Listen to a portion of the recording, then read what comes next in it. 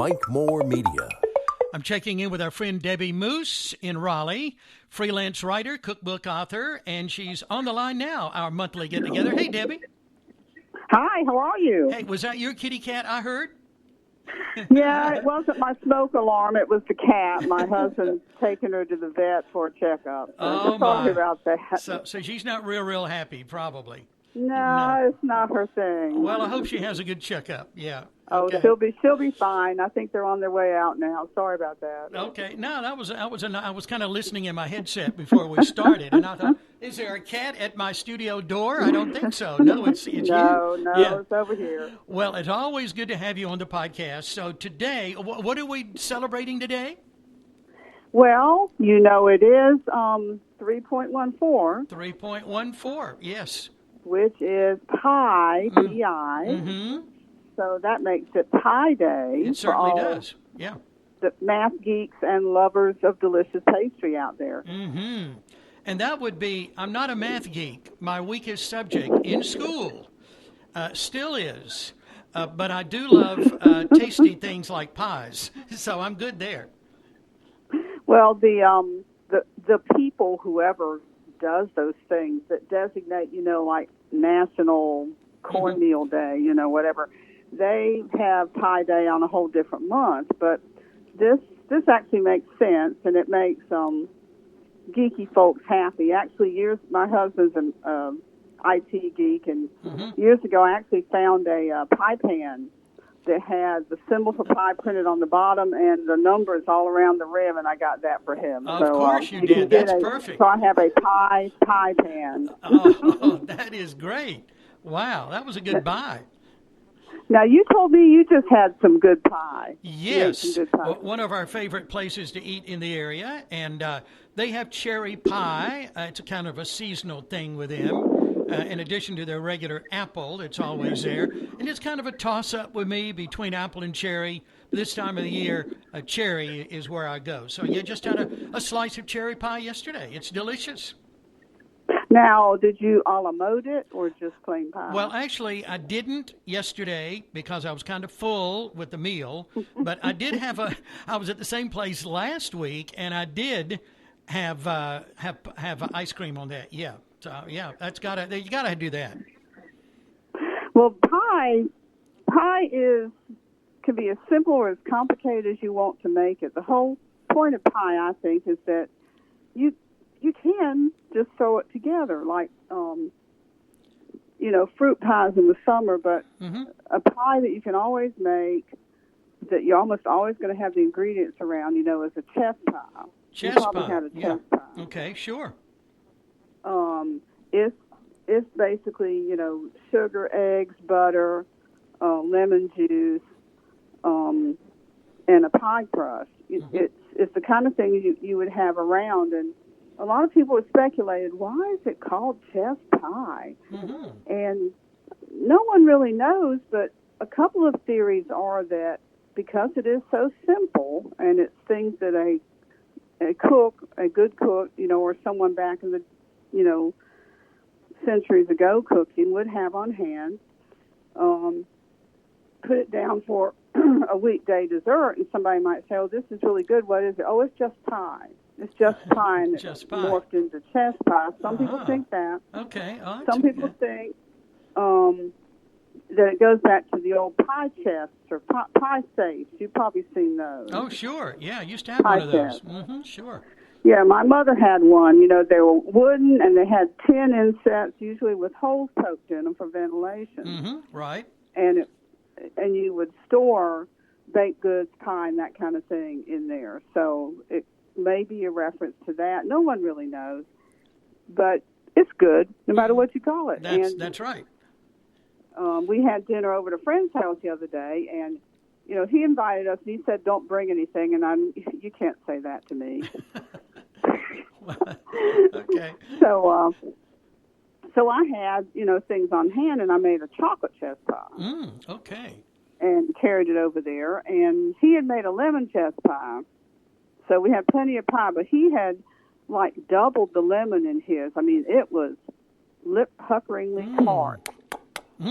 But it was good. Yeah. So you can play around with it. You can play around with that chess pie. Sure. And add, as much or as little as that flavor as you want. Have you ever had a chocolate chess pie? I have, but it's been a long time, and I think I'd prefer anything chocolate. Anytime I can add some chocolate, anything, I'd take that over just a regular chess pie for sure. Oh, I knew there was a reason I liked you. Yeah, I got to have some chocolate. Maybe once a day would be good. Yeah. Doctor's orders. Sure. And dark chocolate is so good for you. It is. It's very good for you. So, very, very simple to make a chocolate chess pie. You may know about the Angus Barn here in Raleigh. It's a pretty well-known restaurant that's been here a very long time. Yeah, we have a lot of people from here that go there on a regular basis, actually. Yeah. A lot of people travel there. It's, really well-known.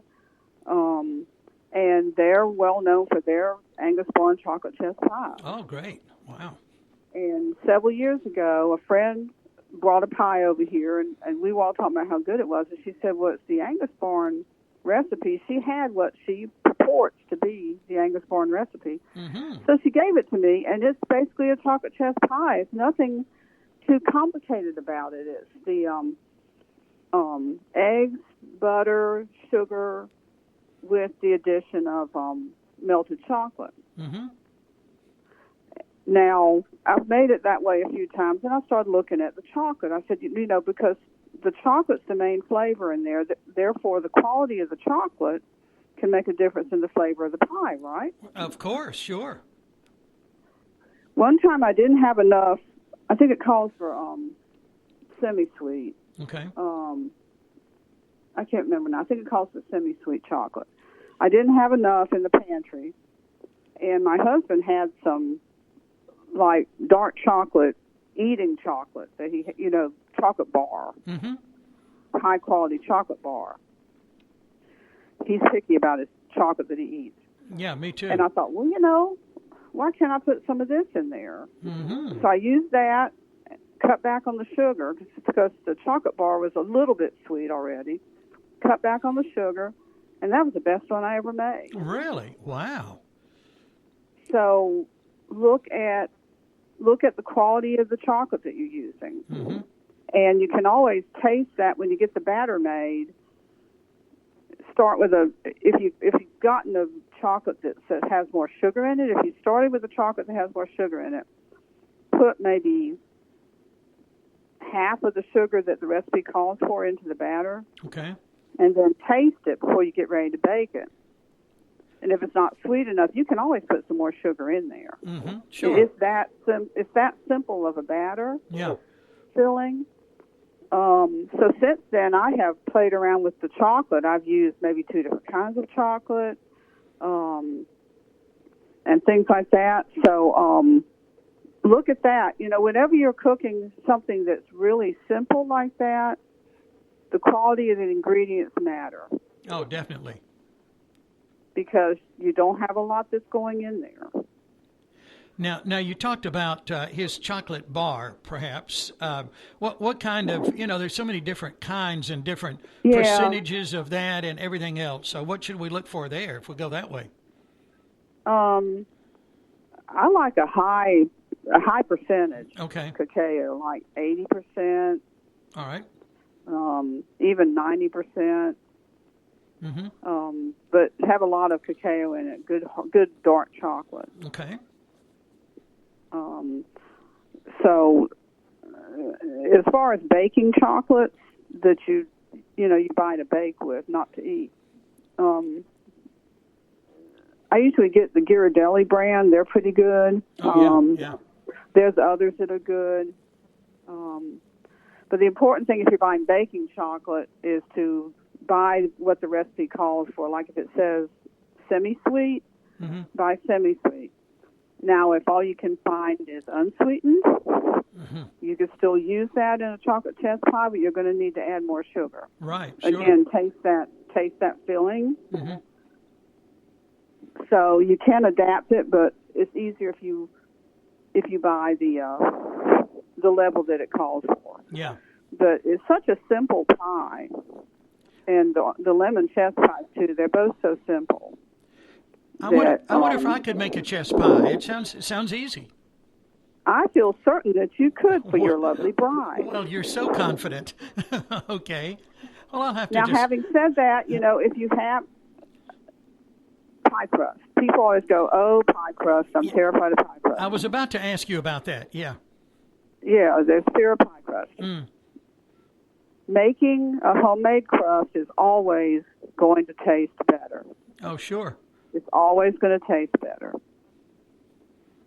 Having said that, if the only thing standing between you and your own delicious pie is the idea of making a crust, then you go ahead and buy one. I don't want anything to stand between a person and pie. Well, thank you. I appreciate that.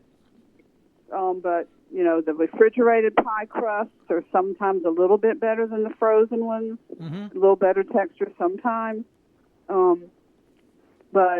And also the refrigerated ones, you can put them in your own pan and pretend that you made it. Oh, okay. Do that little fancy edge around there, and people will just, oh, that's beautiful. Yeah. Yeah. Okay. And you could just smile and take the credit. Mm-hmm. But, if that's the only thing, you really want pie and you don't have a lot of time, if you're going to do that, that's fine. But I do encourage everybody to just try to learn to make pie crust. You'll be astonished at how much better it tastes. And sure. It's like a lot of things that the more you do it, you have to just do it a few times because it's just flour, water, salt, and a fat like shortening or butter. And a lot of it's feel like a day like today, which over here is the humidity is pretty low. You'd have to maybe put a little bit more water in it. If it was a damp day, less. You have to go by feel on it, kind of like making biscuits. Oh, sure. But once you do it a few times, you sort of get that. And you can wrap it up and freeze it. If you have a day that you have time to fool around with it and you come up with a lot of really good pie crusts, you can wrap those up before you bake them, wrap up the dough, and freeze it, and then you've got it in all there ready to go. Wouldn't today be a perfect day to make pie crusts and just stack those things up in the freezer? If you got a day to get inspired, and you can stock your freezer. But as I said, don't let the idea of learning to make a pie crust stand between you and pie. Mm-hmm. Okay. If that's the only thing, there's no shame in buying a pie crust. But, do try making your own. I'm not going to shame you if you buy. I've bought plenty of pie crusts. I will confess that here and now. I have bought plenty of pie crusts. If you said it, then yeah. Well, thank you for helping us celebrate Pie Day, P-I Day, with a P-I-E recipe and information there on chess pies and chocolate chess. And sounds good.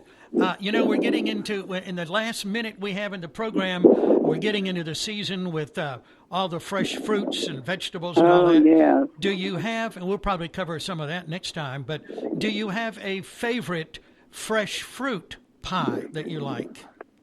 Well, now, apple's a big favorite over here at my house. Mm-hmm, me too. Apple's a big favorite. Yep.